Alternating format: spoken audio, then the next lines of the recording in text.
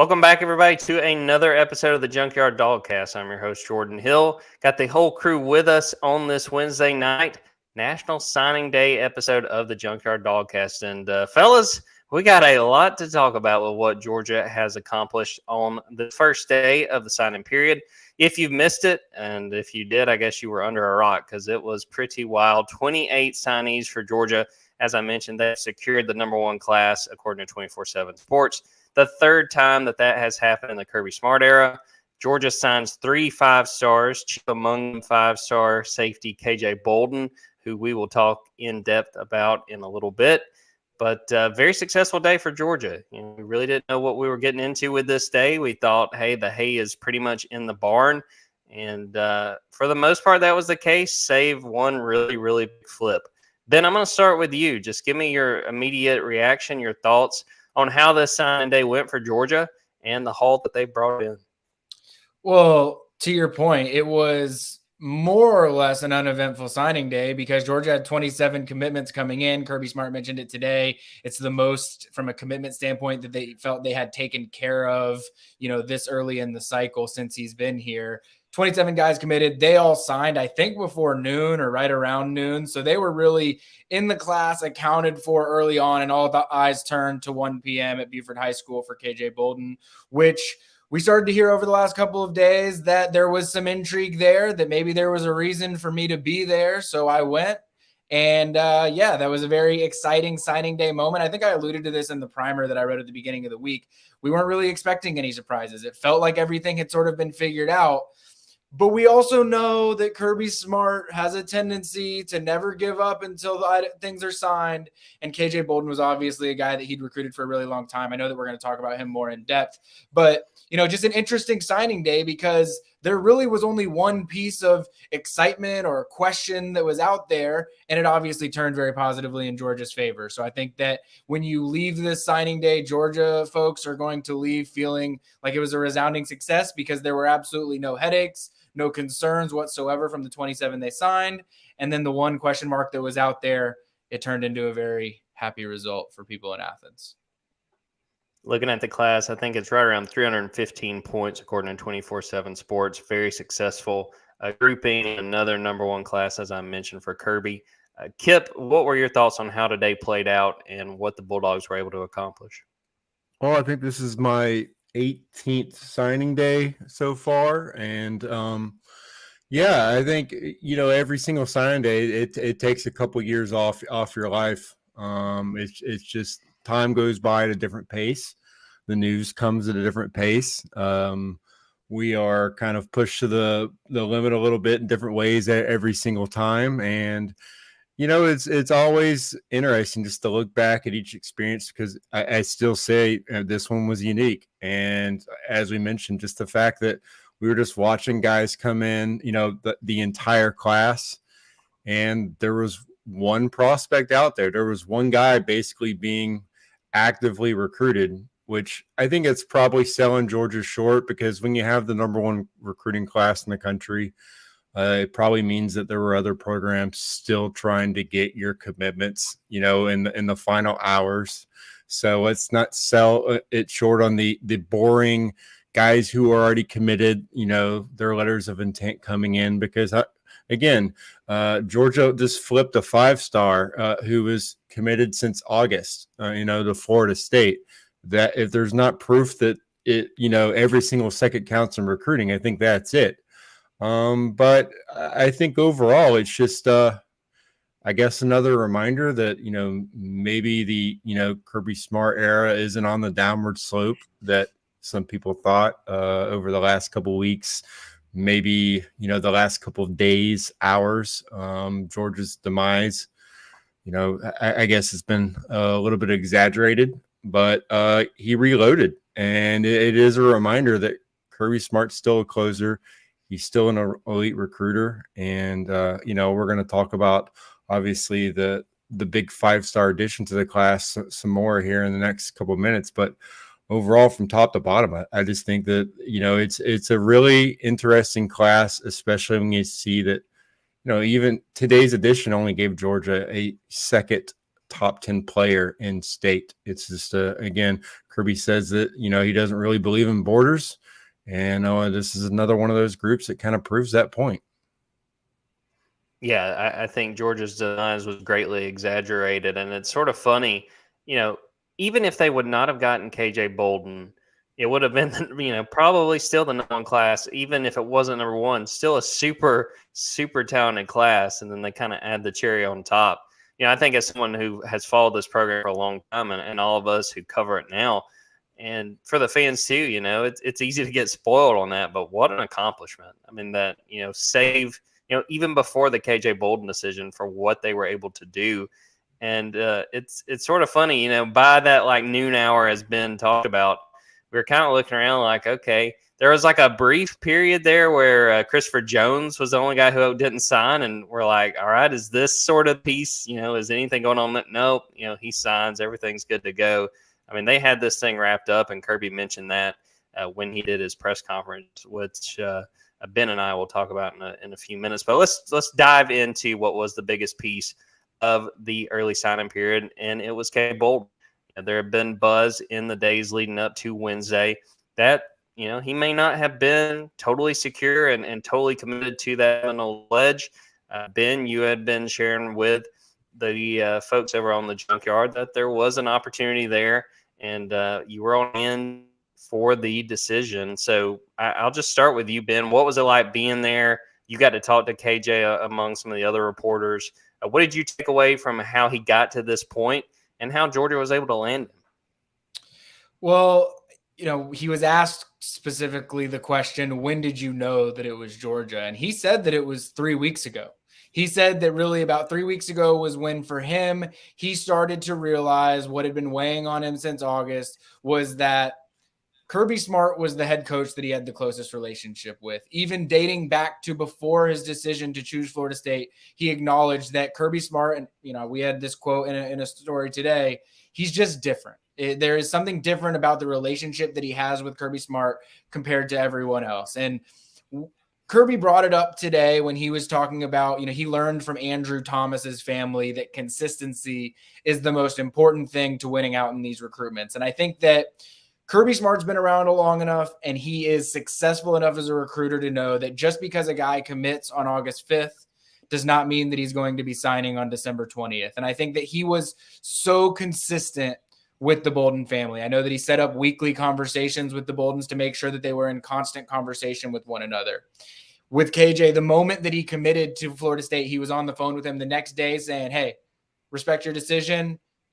I'm going to keep recruiting you because that's what we do here at the University of Georgia. And that's what he did. He really never gave up. They went in home a couple of weeks ago. But I mean, if KJ's timeline is to be believed, of around 3 weeks or so ago is when he really started feeling his heart that he was going to be making a switch from Florida State to Georgia.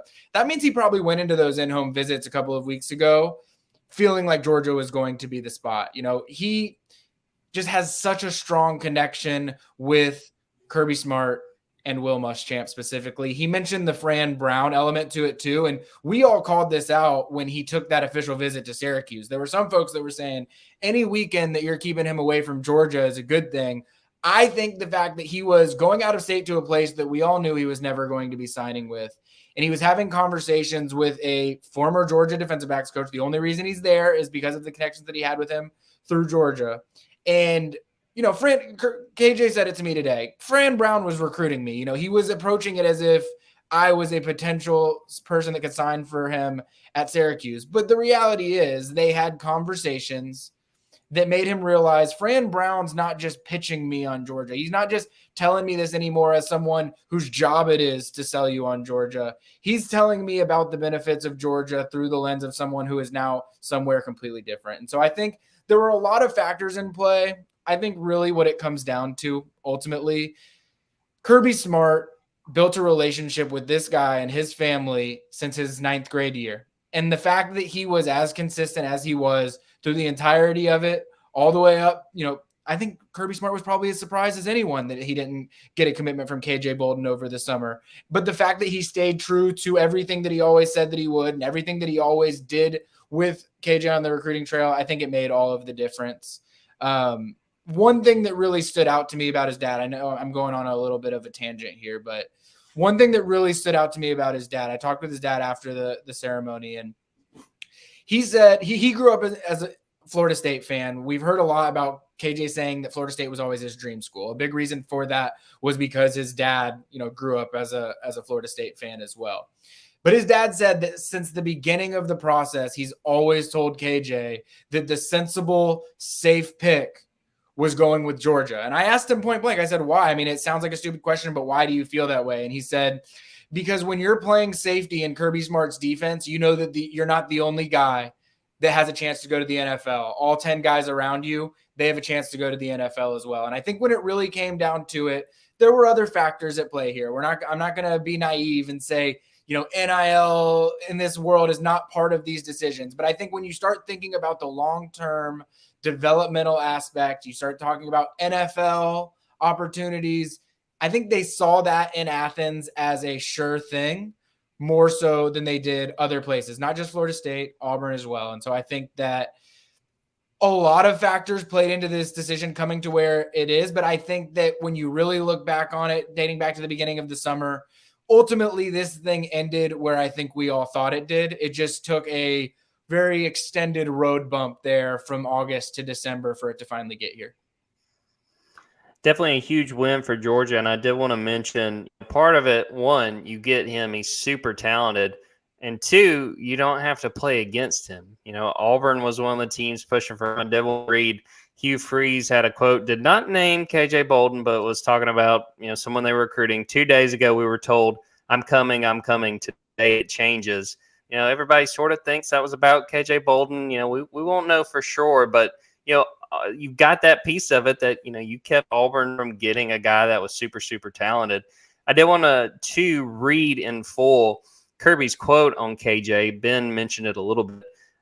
He was just asked, hey, give us the short version of KJ's recruitment. And Kirby said, we did what we do on every kid. We recruited. I met KJ Bolden and his mom his 9th grade year in the indoor and sat and talked to them for 45 minutes and just had a great appreciation for her and him. He was a young kid then. He actually had worked out at our camp as a wideout, and we knew that he was a really talented young man. And from that point on, I bet he's been on this campus 20 or 30 times between coming over here for different events and 7-on-7s. This is the piece of it that I thought was really interesting, and this is what Ben had brought up a few minutes ago. But there was no different recruitment for KJ. It was just consistent and a mutual respect, probably is the right word, I reached out to him when he committed elsewhere and just told him that I had a lot of respect for him and we weren't going to stop recruiting him and that we thought this was the best place for him. I've always learned, Andrew Thomas's parents taught me that consistency is the key. We were very consistent every time KJ was here, and you know what? It worked out. It doesn't always work out, but it worked out in this case, and we're not going to change our method of how we go about things. And I do think Kirby's being genuine. There's tons of guys that they go after hard that, ultimately they're not able to land. But I think that consistency did make an impression on KJ Bolden, on his family. And I think it's a big reason why today he is a Georgia Bulldog. Kip, what are your thoughts just on how this all played out and the fact that Georgia was able to land such a talented guy? We haven't even talked about this. The Buford curse is finally broken. They have signed a Buford Wolf once again. Yeah, it took everything they had to get it done. The curse is over. I think, really, if we're talking about consistency, it's Kirby Smart. He's that consistent factor. He's a DB coach, and I think in recruiting, he's always going to have that edge, especially with safeties, having played the position at a high level. And you just look at his tenure at Georgia, he's having to replace a secondary coach for the 4th time. And obviously it's almost always happens this time of the recruiting cycle. 3 of those 4 guys got promotions. Mel Tucker got a promotion. Charlton Warren went to Indiana as the DC. Jamal Adai is the only one that technically didn't get a promotion and went to Miami. And obviously now Fran Brown going to Syracuse as a head coach. He's used to having to replace that position coach at this time of the year. And yet you just look at, Georgia's secondary recruiting. It doesn't take a hit. Obviously having Will Muschamp on staff now helps a little bit. You have another guy back there who coaches DBs, has experience there, but still you're bringing in Dante Williams from USC right there on signing day. You don't have that connection with these guys. So when you talk about consistency, it's going to be Kirby Smart always, he's hands-on in recruiting still. He still has that connection, especially with DBs. And I think, for Georgia fans, the last week or two, it's probably, not just been concerning, but there's been a lot of, I'm just going to say like panic. People were talking about NIL. We need to change our, the way we're approaching this. We're losing our competitive edge. The sky is falling. And I think this was kind of a reminder that maybe the way Kirby recruits and selling that pitch of the NFL contract down the road or earning NIL at Georgia probably still has a pretty high success rate. The actual program that Georgia is selling, and as you guys mentioned, the NFL development, there's extra zeros in those contracts that you get when you get to the NFL that I don't think many DBs are getting in college NIL these days. So I think that it was a reminder that, maybe they don't have to change a lot. I think Kirby has adapted to changes in recruiting, annually as well as any coach. And I think this overall was just kind of that, I guess, cold water splash, that wake up, in the tub and inception when you wake up from the dream within a dream to realize that, the sky is not fallen, and you still are fans of an elite program at the University of Georgia. It's a good point. And two, it felt like there was a run there until the Carson Beck coming back announcement earlier this week, where it was like, everything that was happening was not exactly good for Georgia. But again, we're still talking a number one class and adding on to it with another 5-star signee. And still going pretty well for Georgia, as hard as these last few weeks might have been. Let's take a quick break, come back, talk a little bit more about this class on the whole, some of the guys who stand out to us, and what Kirby Smart had to say about this class a little bit earlier Wednesday.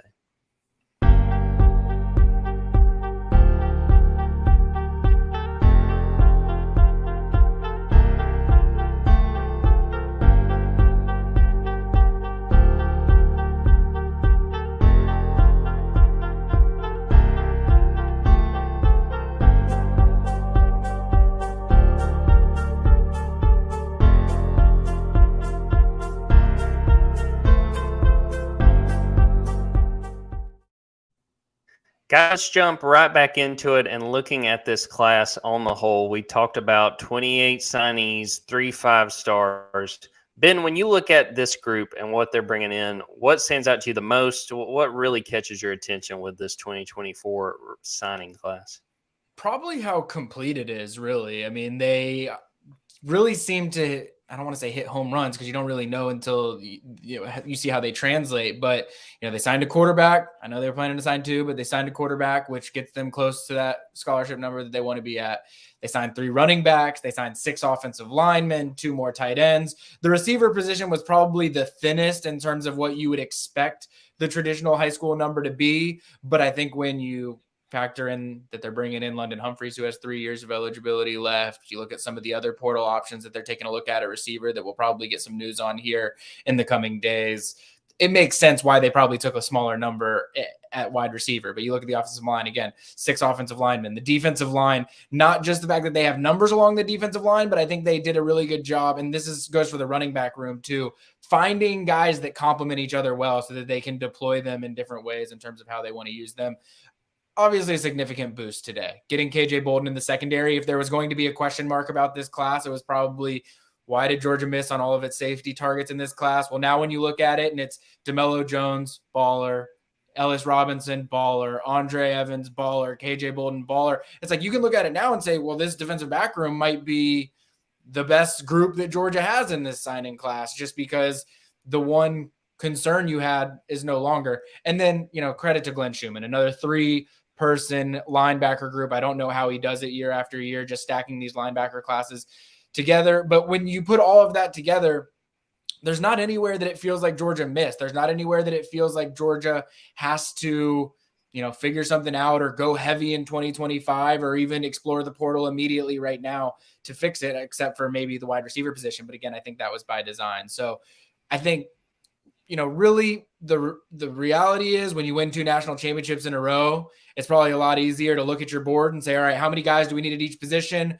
Who do we go prioritize and where do we go get it? And you're going to be able to find the numbers that you need to be able to put a class together. I think Georgia did really, really good. I know we say this on signing day when it's the number 1 class, it's really easy to do that, but I've gotten to know a lot of these guys. I've gotten to see a lot of them play. And I think that, there's a lot of promise in this group for the future.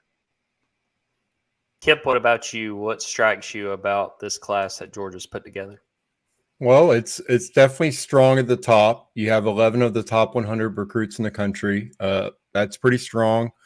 You look back at the history, all-time Georgia recruits since the year 2000.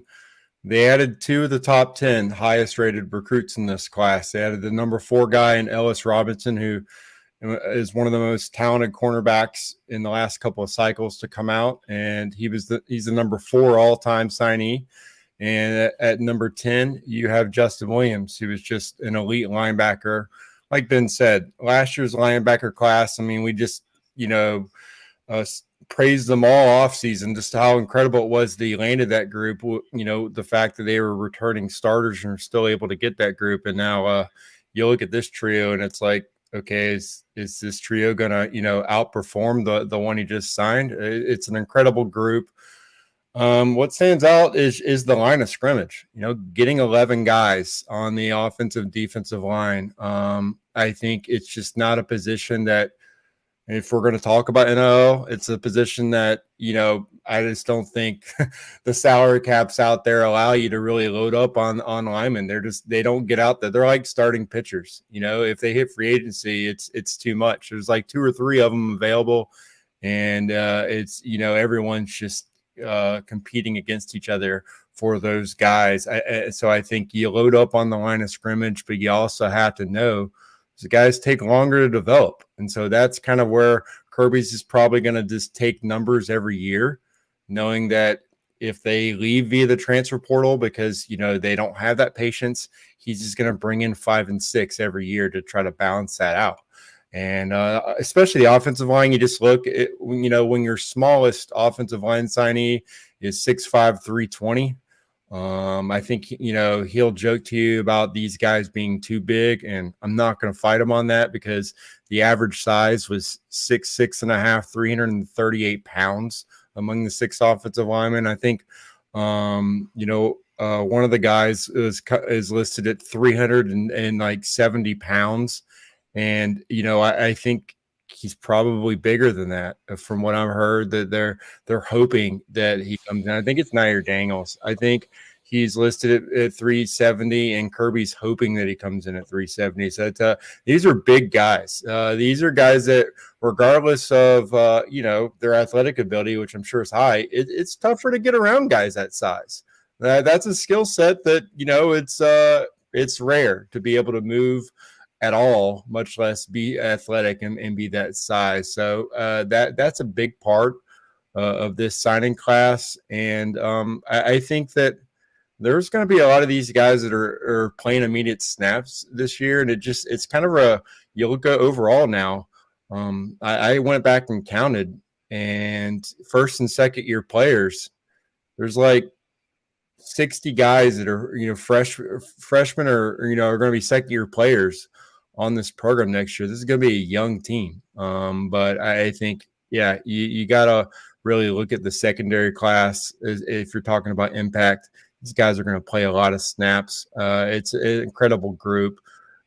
Maybe player per player, it's the most talented secondary group I've probably seen. And I think that room, you saw some guys leave via the transfer portal, but I think the guys coming in are extremely talented and they're ready to play a lot of snaps. And especially at cornerback, you'll get Ellis Robinson. I mean, there's over 350 snaps available next year. You have A.J. Harris leave. You have Nyland Green leave, and we're going to expect Kamari Lassiter head to the draft. that's a lot of playing time available immediately. And I think he's the kind of guy who's going to come in there with the mentality and the talent level to get a large number of those snaps.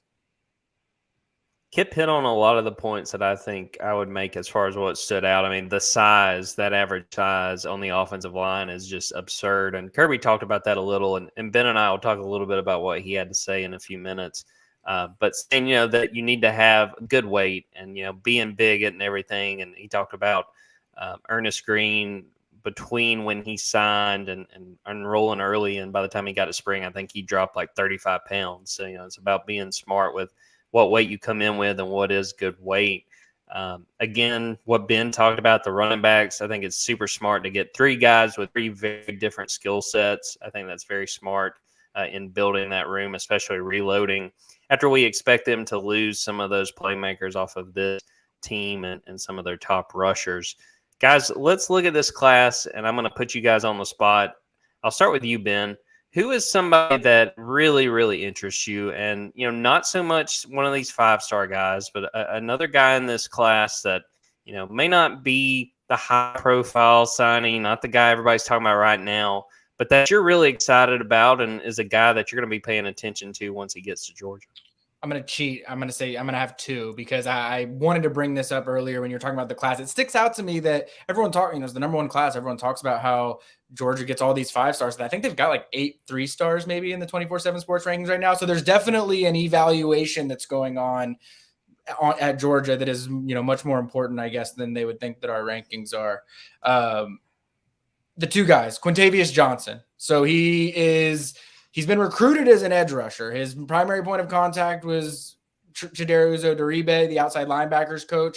That's how they view him. Kip brought it up today that he measured up, 6'4", 255, I think is what it was, Kip. So this is a guy that's already coming in. You think 3-star edge rusher, you think, all right, slim body, needs to develop, needs to get into strength and conditioning program to be ready in a few years. That is not the type of 3-star that Quintavious Johnson is. Just straight up, this is a guy who is physically ready to play already. And I've seen him play 2 or 3 times this season. When I wasn't over at Buford games, I found myself at a lot of Mays games, and he's a freak athlete. I mean, I've talked about him a bunch before, but he plays quarterback. His high school head coach was this guy that was the offensive coordinator for Cam Newton. He saw a lot of similar ways that he tried to deploy him at quarterback. He's not going to play quarterback at the next level, but the idea that he has that skill set is really important to Kirby. I mean, Kirby mentioned today how many multi-sport athletes that they have, how many guys that they have that do different things on the football field. Quintavious Johnson is exactly that. They asked him a lot of times to split out and cover guys in space in the slot, drop back in coverage. I think Georgia is going to have a lot of options with how they use him.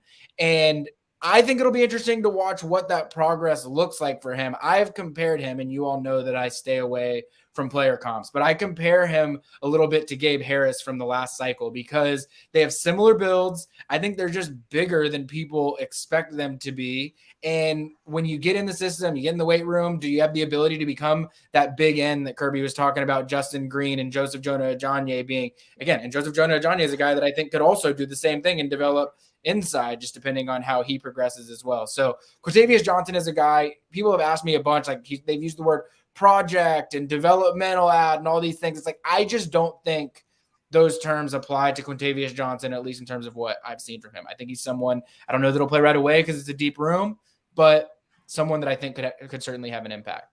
The other guy I want to mention is Marcus Harrison. And the reason that he intrigues me is because I don't think anybody knows hardly anything about him. I mean, he's from just outside of Buffalo. He committed in the middle of the night, basically. He was the only person in the entire class that I wasn't able to track down when he was planning on having his signing ceremony, which is not any kind of criticism towards him. He just handles his business. That's what he does. I've said it before.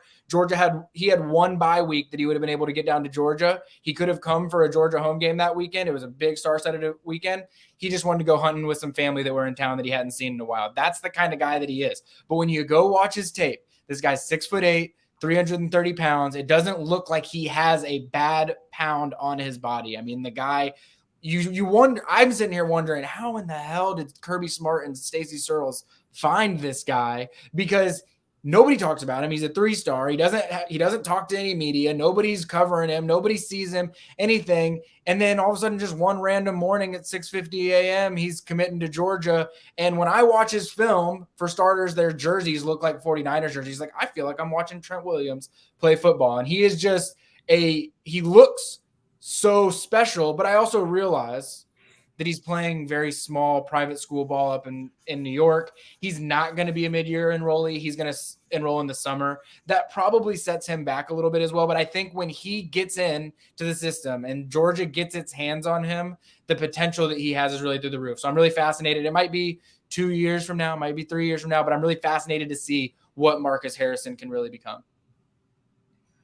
Kip, what about you? Who are some of the guys that you think may not be the top rated guys in this class, but that could make a difference when it's all said and done? Listen, I'm gonna be honest. I thought I was going first because Ben went first last time. So the two guys he mentioned were exactly the guys I was going to talk about. But you know what? I can pivot here. I think Colton Heinrich. If you're Todd Hartling, you're recruiting a tight end. You're probably doing something right in your life. If he's after you, if he takes your commitment, you probably don't suck. And I talked about earlier about the heights and weights of some of the guys listed on the Georgia website, which is always interesting because at 24/7 Sports, we're always trying to get verified info. And then, immediately today, they're now on the Georgia roster. And sometimes the numbers, match up, and sometimes they're very different. And so I think with Colton, he's listed at 6'4", 220, and I think it is kind of interesting because whenever he committed to Georgia, I checked in and I was told that he's already at 235, and this was I think in May whenever I checked in on him. And, a lot of comparisons to Lawson Lucky, a guy that isn't worried about, where he's ranked, is just out there to do whatever it takes to help his team. But I was told he's already bigger than Lawson Lucky was at the same stage. And that's a guy that if he wasn't injured, would have probably gotten a little bit more playing time. Georgia loved him, what they've seen from him so far. And I think that Todd Hartley's excited about, his other tight end that he got in this class, knowing that Jaden Riddell is, an absolute freak. And, there's always going to be that legacy of tight ends at Georgia. And you're now going to look and try to compare people to Brock Bowers. And, it's impossible. But, Jaden Riddell is probably the closest kind of guy that checks those boxes to kind of fill that role. But you just really do not want to forget about Colton Heinrich, just because I think he's the type that's going to go in there and play a really important role for Georgia. And, continuing on that, just guys not to count out, you just got to go with Sokovie White. He wants you to count him out. I mean, everyone's been counting him out. He knows exactly how big he is. I don't think there's a day that goes by he doesn't wake up and go, well, I'm not 5'10" today. I haven't gotten any taller. I haven't had any growth spurts. But then Friday rolls around and the dude just puts up numbers every single week. Just goes out there, or if it's in camp, if it's in one-on-ones, he just goes out there and beats his man every single time. And that's the kind of mentality, they'll find a role for you at Georgia. If you have that kind of mentality, he's the type that's probably just been eating off the floor from day one. And I think that's exactly what Kirby wants, a guy that just goes out there and has almost 100 catches his senior year for 1,400 yards and 15 touchdowns. And those are ridiculous numbers. He's a guy that probably should have been talked about more throughout the process. His ranking never changed, even though, again, he just had production, the best production you can absolutely want from a wide receiver. But he didn't have a 3 or 4 inch growth spurt. So he is where he is. And so he'll go to Georgia and just make a ton of plays. He's exactly the skill set you want in the modern offense. You want to get guys out in space. That's all he's going to do. He's just going to get out in space, or he's going to make guys miss. He's going to get open in transition, and he's going to beat coverage. And yeah, I mean, we're talking about wide receivers. Georgia fans, it's what they want. They want as many big-time wideouts as they can get. And Kobe White did not get that kind of coverage. And so now he would go to Georgia with the chip on his shoulder that Kirby Smart hopes every player has. I don't think complacency would be an issue with him. And I think we'll be talking about him a lot the next 3 or 4 years. The benefit of going last means you guys are pretty much taking everybody I would have said. Quintavious Johnson was big ones. To Kobe White, I had reached out to his high school coach just to get some of his numbers. And he said he was pretty sure he led all of Georgia's classifications in receiving yards this past season. I mean, it's not the size of the dog in the fight. It's the size of the fight in the dog. I think we're going to see that with Kobe White. Other guy I would mention, it kind of goes off of something that Kip had said with Colton Heinrich. Nasir Johnson, defensive lineman. Kip went through, and I'll let, after I say this, Ben, you can chime in. Ben Kip mentioned, the 24/7 measurements for Nasir Johnson, 6'4", 300. Georgia's got him at 6'6", 335, which is pretty significantly different. Georgia has been looking for some help when it comes to the defensive line. I think you look at what he can bring to the table, what he is capable of doing. Again, he may not do it right away, but I think he's got a chance to be really, really special. Ben, you seem you seem to like that pick quite a bit. Yeah, I can't believe I blanked on that one because there were really two defensive linemen at least this recruiting cycle that when I met them in person for the first time, I said, whoa, this was not the human being I was expecting. LJ McCray was one of them. He ended up signing with Florida. I think he signed with Florida today. I'm not 100% sure if he's finalized that or not, but he was one. Nasir Johnson was the other. And at the time that I met Nasir Johnson, I was actually in his head coach's office at Dublin. We were in his office just sitting down talking. I was waiting on him to walk in. I'd never met him before. And he walks through the door and I was shocked. I was like, whoa, because at that point, he'd been committed to Florida for a while. It didn't feel like Georgia had been recruiting him as heavily as maybe they had some other interior defensive linemen. And when I saw him, I immediately said, goodness gracious, this guy's just so much bigger than I expected him to be for a defensive lineman that can do backflips and back handsprings and all sorts of things. I went down a few weeks later to watch him play when his team played DeMello Jones in the last game of the regular season when Dublin played in Swainsboro.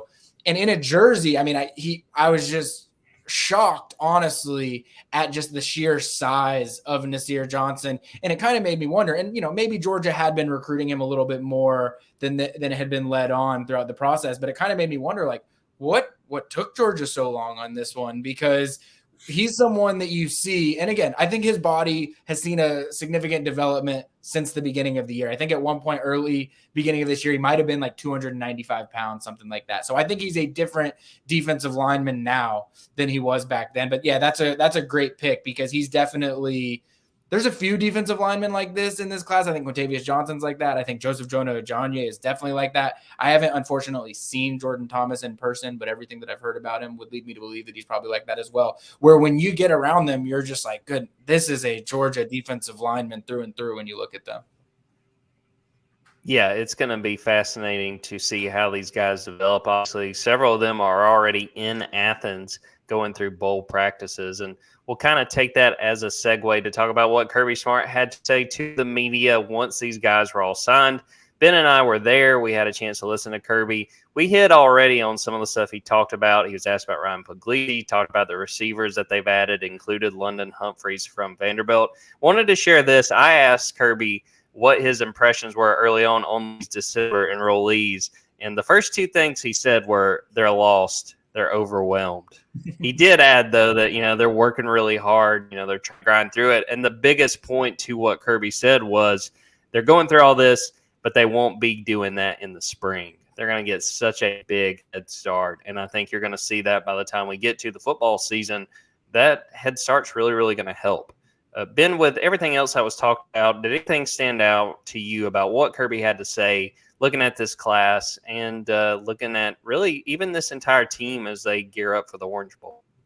Well, I think, generally speaking, he seemed to be in a pretty positive mood. He said in the introduction, I feel like I'm always excited this time of year. Like if you go back and you rewind all these press conferences we've done, I feel like they're sort of the same because I'm always in a good mood. He did feel like he was in a good mood. And I think part of that is because you're sweating these things. To Kip's point, yeah, you had 27 guys committed, but he mentioned it in his press conference. Justin Williams was trying to get picked off left and right. We know Ellis Robinson was trying to get picked off by Miami and a couple other places as well. And so you're having to fight these things out. And when they sign and they're in, and you know that you don't have to worry about explaining to KJ Bolden why you think you're the best fit anymore, there's probably a little bit of relaxation and peace. So I think you felt that from Kirby a little bit. I asked, maybe I framed it stupidly in terms of what I was trying to get at, but Kip mentioned this earlier too. Out of state versus in state. I thought it was very interesting that, Kirby mentioned it right off the jump. They signed 4 or 5 guys that were number 1 players in their state. And I think when you look at this class, what's interesting is Georgia did not clean up in the state of Georgia. And, I asked the question, like, was that by design? And he sort of went around saying, it's never by design to go out of the state of Georgia. He would create a class exclusively through the state of Georgia. He could, because it would probably, satisfy all of the high school coaches in the state if he did that.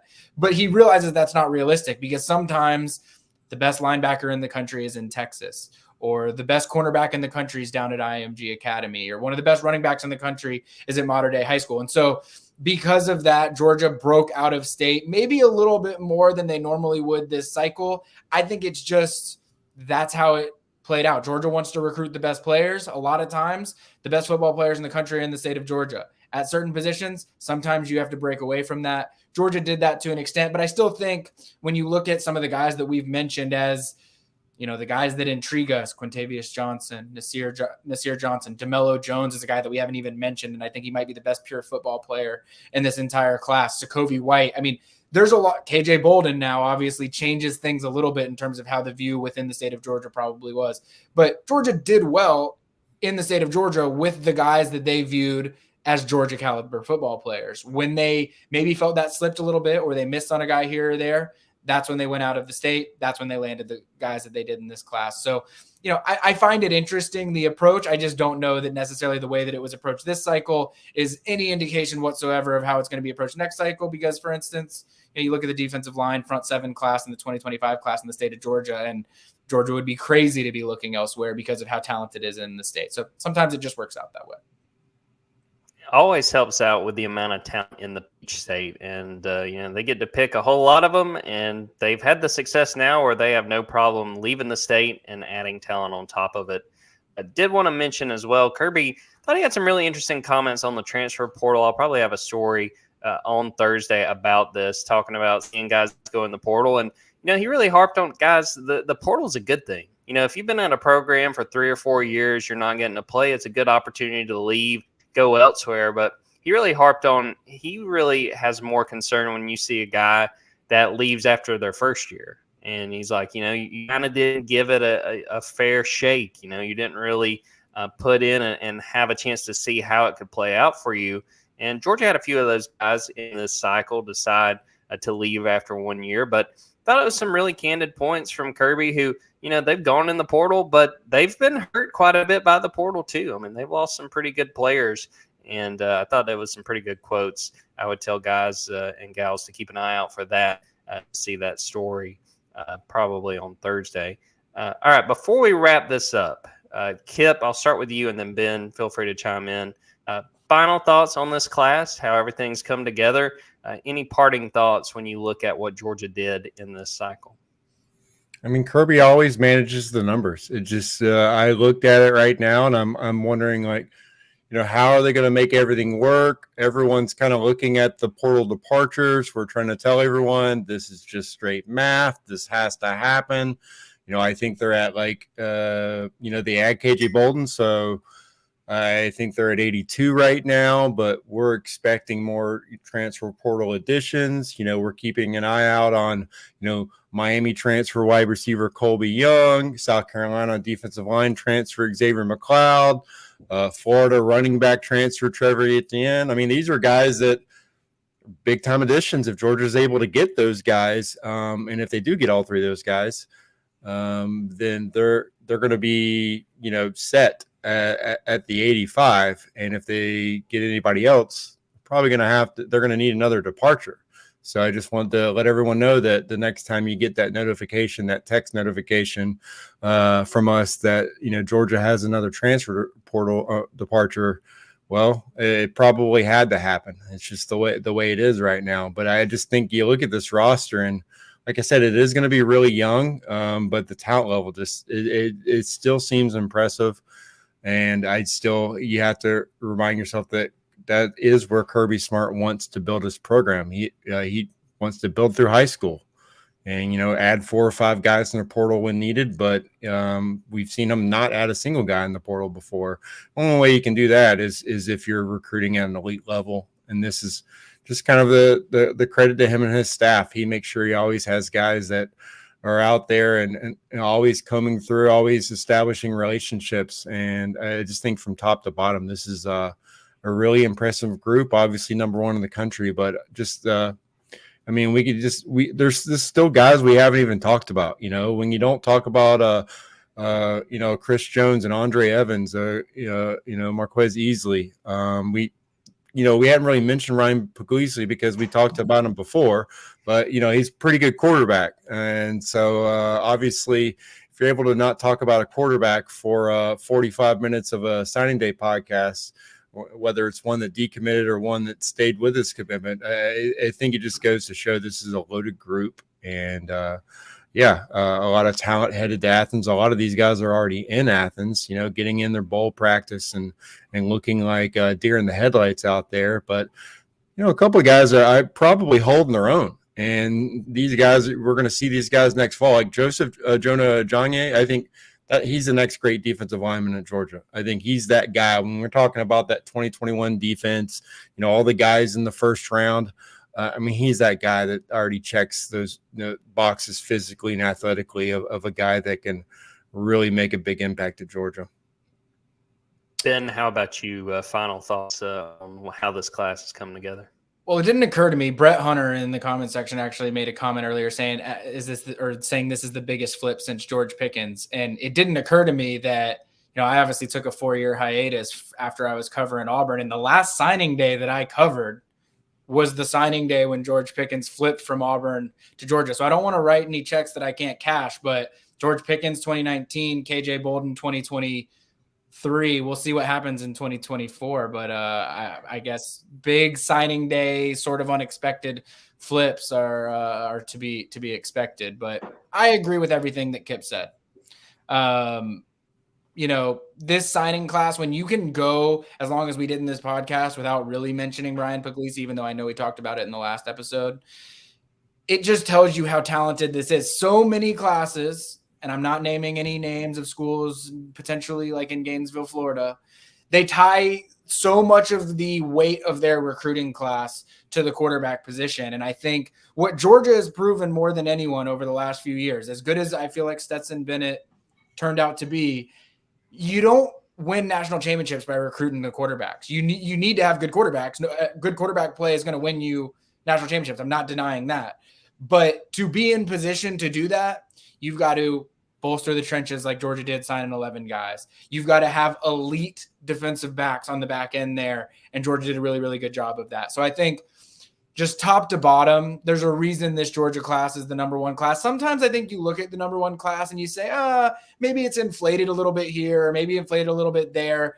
We've mentioned it already, all the 3-star guys that, you bump Jacoby White up, you bump Marcus Harrison up, you bump Quintavious Johnson up, and you're looking at maybe one of the best, highest rated classes ever, or the highest rated class ever, if a couple of those things are just ticked up that direction. So the depth that Georgia has here is really what impresses me. And, again, you never know how these things are going to play out, but of the guys that I've gotten to know, I think Georgia was probably pretty strategic with character decisions that they made during this cycle as well. Obviously, some of the offseason narrative, things like that, I think probably played into how they evaluated guys' intangibles off the field, things like that. And, I think they have a really, really good group in place this year.